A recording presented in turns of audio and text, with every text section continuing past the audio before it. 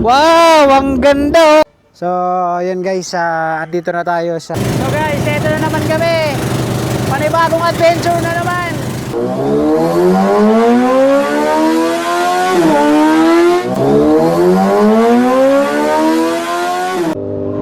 Yo, what's up guys? Xmoro is here. So, una sa lahat, good morning! Guys, pupunta nga pala tayo sa Port of Naval. Tayo ay pupunta ng Higatangan Island. So guys, kasama ko pa rin ang ating mga kaibigan. Siyempre, always hindi nawawala si Marco the Great, si Wang Boy at si Mang Kanor. Ang Mang Kanor ng Tacloban guys, kasama namin. So alam na, pag may chicks dyan, si Mang Kanor ang haharang. Hoy!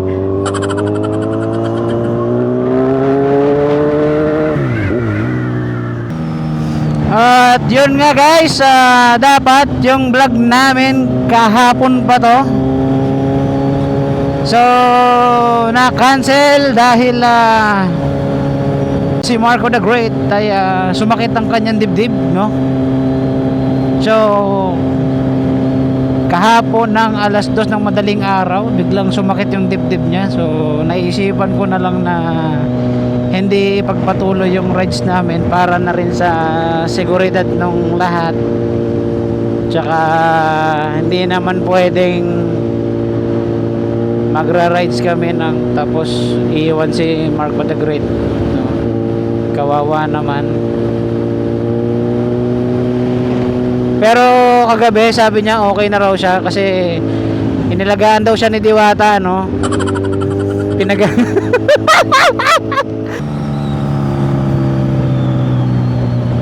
Guys, konting tiis na lang. Konting tulog na lang. Magpapasko na. Mag-New Year na rin. So guys, nga pala lagi kong pinapaalala na mag-iingat tayo sa kalsada. Alam nyo naman ang panahon ngayon, hindi natin masabi. Dapat always tayong mag-iingat, magdasal umaga tsaka gabi, tsaka pag kumakain lagi tayong magpasalamat. Kasi sa bawat araw na nagigising tayo, biyaya yan. Biyaya yan sa atin. Biyaya yan sa atin guys, nung nandun sa taas. Kaya always tayo magpasalamat. Kasi, di ba?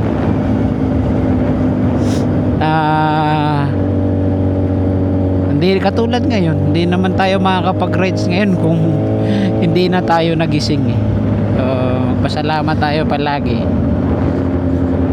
Yan. Tsaka salamat din sa inyo dahil sinusuportahan nyo pa rin kami. Tsaka pasensya na nga pala kung medyo hindi nakakapag-upload dahil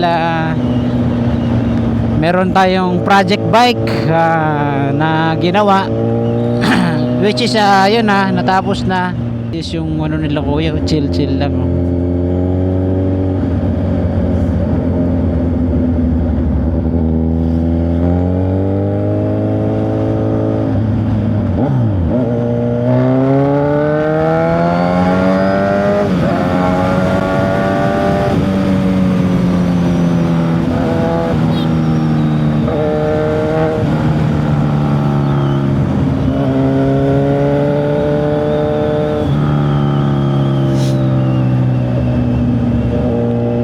Pala, shoutout sa lahat ng follower natin dyan at subscriber. Maraming salamat sa inyo kasi patuloy nyo kaming pinapanood. Thank you.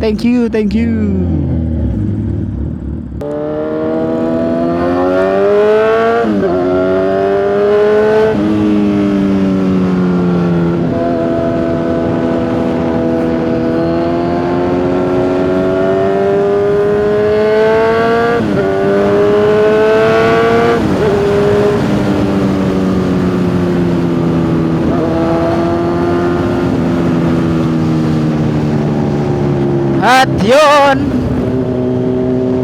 nga pala guys, sa Higatangan Island, ano, first time natin tong mapupuntahan. Parang sa, pero guys, bago ko siya puntahan, actually pinanood ko na siya sa YouTube kung anong itsura. At sa Higatangan guys, merong cave, at pupuntahan natin yon.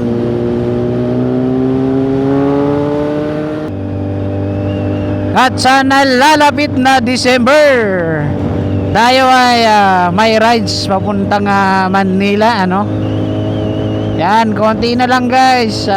November 9, huwag nyong kalilimutan. November 9, sorry, December 9 pala. Ano, December 9, ano pa ako, namamali pa ako, kakagising ko lang kasi. Actually, hindi pa kami nag-almusal. Kaya dadaanan naman kami ng 7-Eleven.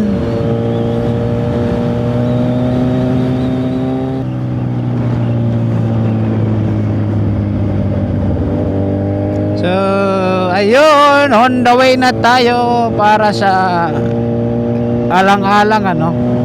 Hindi ko nga alam, baka sakop na to ng alang-alang eh. Kasi alang-alang, Jollibee, 3 kilometers. Baka guys, alang-alang na siguro to. Pasensya na, hindi ko talaga kabisado yung lugar, kung anong mga pangalan. Pero alam ko lang daanan.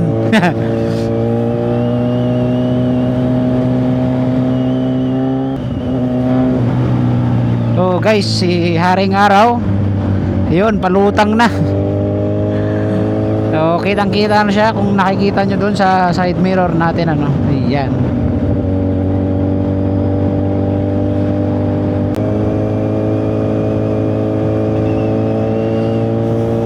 So guys, update na lang ako pagdating namin ng dito sa unahan ng Haro. Ayan, may 7-Eleven dyan sa mga nakakaalam. Yun, basta doon yun. Mag-aalmusal muna kami doon kasi hindi talaga kami nag-aalmusal sa bahay. So guys, ang pala ang gamit natin ngayon ang ating Z1000R edition na si Loki. At ang ating ZH2 naman nagpapahinga. At kailangan niya magpahinga. Ang ganda guys, oh, natatabunan ng ulap yung bundok, oh. Diba? Tapos yung sa taas medyo sumisilip na, oh. Ay! Ang lupit niyan. Ayan, oh. Ayan, oh. Diba? Oh. Hala, wasak yung gulong. Kanina bang gulong yan?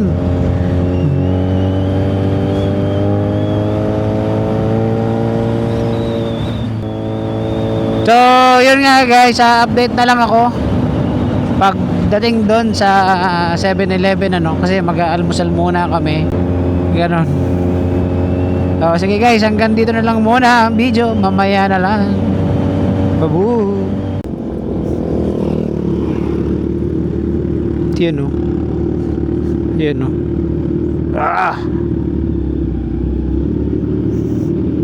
Tabi-tabi na lang tayo dito.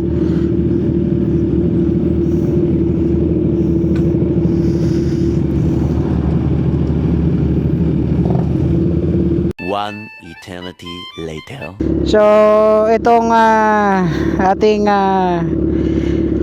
tank bag, talagang natutuklap pala to. Ito, yan, gumanyan. Nalaglag na naman yung cellphone ko. So, ang lupit. Talagang kakaiba. Talagang makapit siya, oh. Kapit na kapit. Nalaglag yung cellphone ko. Sobrang kapit niya, binitawan niya yung cellphone ko.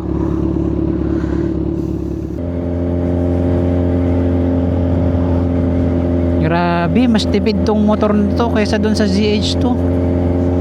Guys, kung makikita nyo, hindi pa rin nababawasan yung ating fuel gauge, dahil talagang legit talaga na tipid yung Z1 kaysa sa ating ZH2. Kasi kung ZH2 pa to, siguro may bawas na to ng 2 bar. Ganon. Alam nyo naman, pag lumaklak yun ng gasolina, kasi nga may supercharge, so hindi natin mapigilan yun kasi normal yun sa kanya kasi nga meron siyang turbo. Ayan. Meron siyang supercharge na tinatawag. So pagdating namin ng Manila, siguro magra-rides kami papuntang Puning Cave kasi yun talaga yung gusto kong puntahan. Tapos sabi nung aking kapatid ay sunod-sunod na raw yun dun pa ano. Sunod-sunod na raw yung mga pwedeng puntahan dun. 'Di ba? So kailangan nating sulitin yung pagpunta natin dun kasi nung nakaraan nga hindi namin nasulit kasi may bagyo. 'Di ba? So eto, siguro naman wala nang bagyo. Tsaka December pa naman yun, November pa lang ngayon.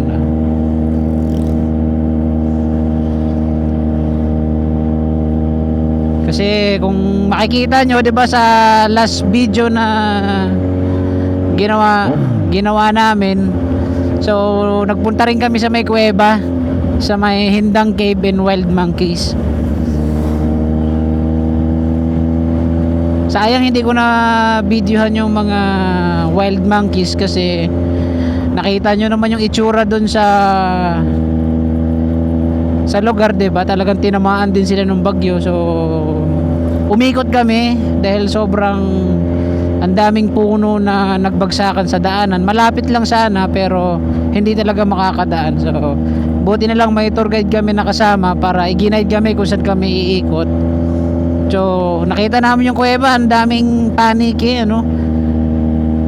Tsaka ang ganda tignan doon sa loob. Medyo ano nga lang, nakakatakot kasi sabi nung pinaka caretaker doon, marami daw sawa doon. Lalo na pag gabi. Kasi dahil maraming ang paniki. Ayun. Ayan, oh.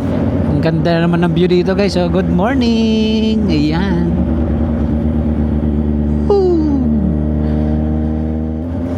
Pagdating natin sa Manila, try natin imbitahan. Yan, sorry. Try nating imbitahan ang ating nag-iisa at legendary na motovlogger, si Reed Boss. Reed Boss, sabi ni Jello. Reed Boss.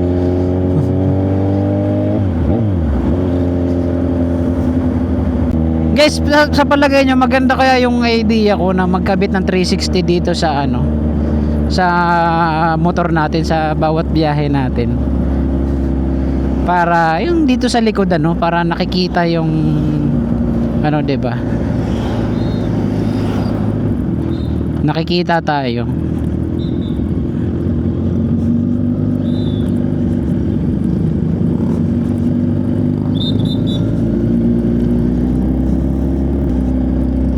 Kasi sa mga napapanood ko na mga nagmo-motor sa ibang bansa, may mga 360 sila sa likod ng motor nila, no.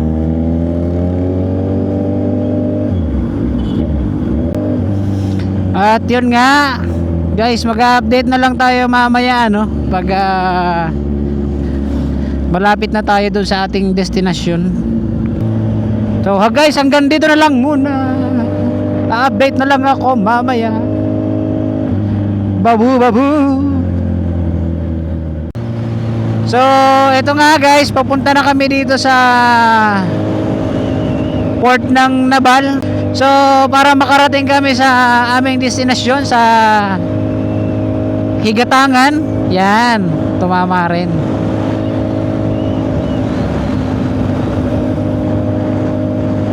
So guys, kung makikita nyo, napakaganda ng kalsada rito, pero hindi lahat, 'di ba?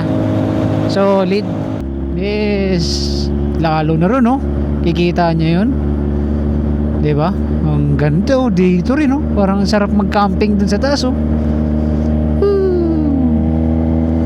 'di ba? Solid dun. One eternity later. Dadaan na tayo ng Biliran Bridge. Tama ba? Ito na yung tulay. Yehey! Tama ba? Hihinto kami. Oh, hinto lang muna tayo. Wow! Ang ganda oh guys oh. Woo! Napakaganda dito guys. So, province of Biliran, andito na kami. Ginagawa na yung kanyang tulay. So, dati ito yung tulay na sumasayaw, umaalog. Ito yun. Grabe dito. Napaka-solid. So, guys, update na lang ulit ako mamaya pag nandun na kami sa port ng Nabalan. So, hanggang dito na lang ulit muna. Bye-bye! So, ayan guys, dito na tayo sa Nabal Port, ano. So, kung saan dito tayo umarkilan ng bangka papunta ron sa Higatangan. Guys, kung nakikita nyo yung isla na yun banda, yung may isla na ron banda, yun yung Higatangan. So, doon tayo pupunta mamaya. Sige po! Anay, napalit lang yung pagkaon. So guys, sila Wangboy at saka si Mang Kanor nandun bumibili ng pagkain. So guys, ang kasama natin si Marco the Great. Guys, malapit na dumating yung sticker niyan. Yan. So kung mapapansin nyo, ito ang motor ni Mang Kanor. Yan. So CF Moto na 300, no? SR. So siyempre ang kay Wangboy X-Max. Yan. Siyempre ang nag-iisang D400. Diwata 400 yan. Ang nag-iisang motor ni Marco the Great. Green yan. Green na guys. Ang lupit yan guys. Green na yan. Baka kasi yung Paris. Yung Paris yan. Ganda oh. Ganda talaga to. Tingnan mo dito sa video. Light na light talaga siya. Tingnan mo kung gaano kaganda. Guys, adjustan ko lang yung motor ni Marco ha.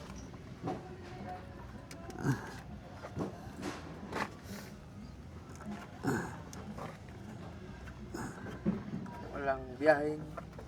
Buksan mo yung susi mo.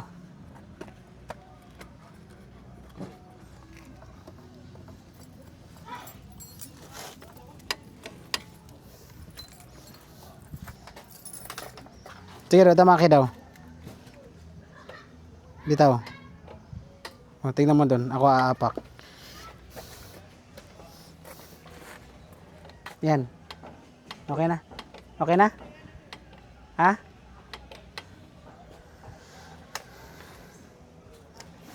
Adjust lang yan, boy. Anong sasabihin?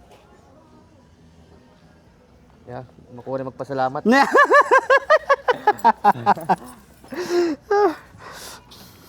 Pero maku... Baka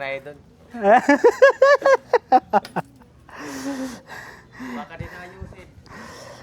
Yun, guys, mamaya update na lang kami pag pasakay na kami nung bangka. So,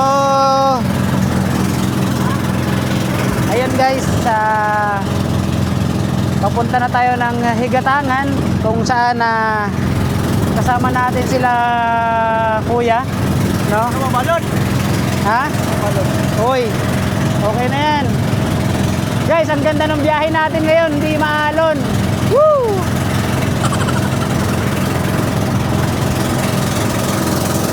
Guys, oh, ayan oh. Sila kuya. Sila kuya. So, kasama natin sila.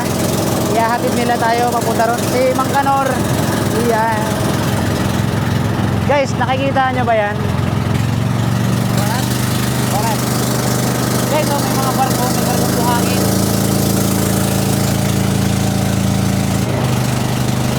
So guys, yung dagat tahimik.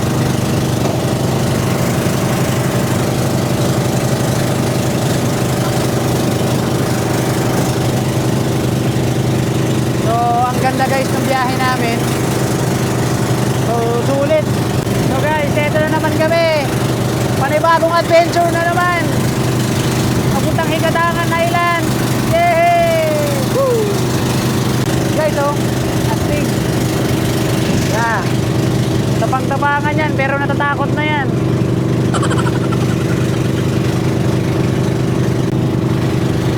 guys, oh, may isda dito. Ready, oh, baliktad. So guys, may mga basura talaga sa dagat, ano. Hindi ko alam, ayun, oh, maraming plastic na naglulutangan. Hindi ko alam bakit hindi maiwasan. So guys, mag-update na lang ako mamaya pagdating namin ng Higatangan. So hindi tayo masyado magkarinigan dahil maingay yung makina nung sinasakyan nating bangka. So guys, mamaya na lang ulit. To be continued.